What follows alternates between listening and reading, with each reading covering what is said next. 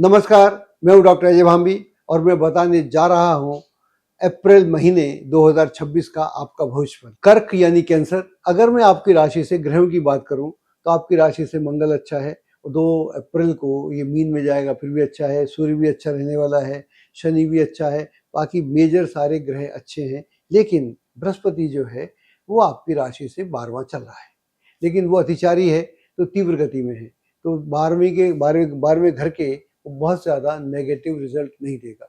इसका मतलब यह हुआ कि इस समय अपनी योजनाओं को तवज्जो देना चाहिए, उन पर ध्यान देना चाहिए।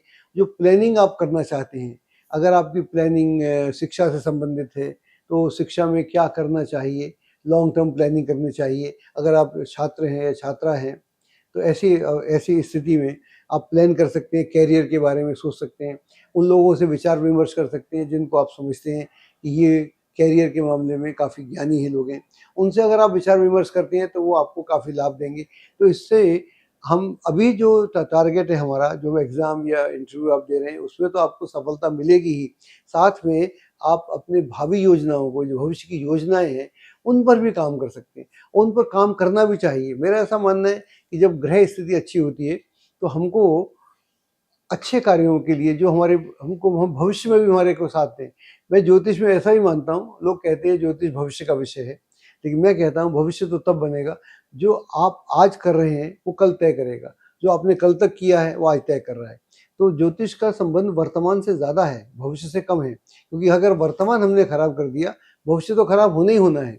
और भविष्य अगर वर्तमान सुधारते हैं तो बिगड़ा हुआ हमारा कल भी आज अच्छा हो सकता है। तो मैं ज्योतिष को एक नए तरीके से देखता हूँ। तो मेरा कहने का मतलब ये हुआ कि ये नई योजनाओं के लिए अच्छा है। ये योजनाएं आपकी शिक्षा से लेकर हो सकती है, अगर आप छात्र छात्राएं हैं। अगर आप व्यापार में जाना चाहते हैं उसके लिए हो सकती है, नौकरी के लिए हो सकती है। जो लोग किसी क्रिएटिव क्षेत्र से संबंध रखते हैं, लेखन साहित्य हो गया, कला हो गया, कोई भी क्षेत्र हो सकता है, आर्ट हो गया, म्यूज़िक हो गया, कुछ भी हो गया, डांसिंग हो गया, आजकल तो फैशन, जो भी क्षेत्र हैं, बहुत व्यापक क्षेत्र है, एआई हो गया। अगर आप इन क्षेत्रों से संबंध रखते हैं तो वहाँ पर लॉन्ग टर्म प्लानिंग कीजिएगा। लंबी दौड़ का घोड़ा होना हमेशा अच्छा होता है। हम भविष्य की बात तो करते हैं, भविष्य में एक दिन में भविष्य नहीं बनता है, ना बिगड़ता है। भविष्य एक लंबी योजना है। भविष्य की बात मतलब अगर आज मैं बात कर रहा हूँ तो मेरे को कम से कम इस साल की बात करना चाहिए। अभी हम महीने की बात कर रहे हैं, तो महीने में हम क्या कर सकते हैं, ये एक छोटी प्लानिंग है, उस पर पूरा ध्यान देना चाहिए। जो भी आपके कार्य हैं, रुके हुए कार्य हैं, अगर आप उन पे ध्यान देंगे वो आपके कार्य आसानी से बन जाएंगे। इसके साथ ही आपको ये भी सोचना चाहिए कि इस साल में 2026 में मेरे क्या क्या क्या मेरे संकल्प हो सकते हैं, क्या मेरी कार्य हो सकते हैं, मैं किस जगह अपने को देखना चाहता हूँ। वो उस जहाँ भी आप स्वयं को देखना चाहते हैं, उसके लिए ये जो समय है, ये इतना प्रबल समय है, इतना सहयोगी समय है कि अगर आप इस समय कोई तय करेंगे और फिर उसके साथ में अनुशासन अनुशासन बहुत आवश्यक है। कुछ भी आप करेंगे, मेरे कहने का कोई मतलब नहीं बैठता अगर आप अनुशासनहीन हैं, डिसिप्लिन नहीं है तो कोई मतलब नहीं बैठता।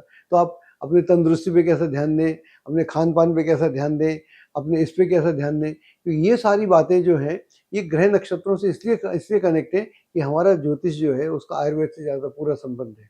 ज्योतिष, आयुर्वेद, आध्यात्म, इन तीनों का संबंध है। अगर मैं अपने शरीर पे ध्यान देता हूँ, मेरा मन स्वयं अच्छा हो जाता है, और जब इस मन पे अच्छा हो जाता है तो फिर मेरी आत्मा की भी मुझे खबर मिलती है। और ये सब तब हो सकता है जब मैं संपन्न रहूँ, जब मैं प्रसन्न रहूँ, जब मैं खुश रहूँ। तो ये सारी चीज़ें मेरे को यहाँ उपलब्ध हो सकती हैं। अच्छे समय में अच्छे विचार होते हैं, अच्छे निर्णय दूरगामी परिणाम देने वाले होते हैं। मेरा ज्योतिष लोगों से अलग भी है।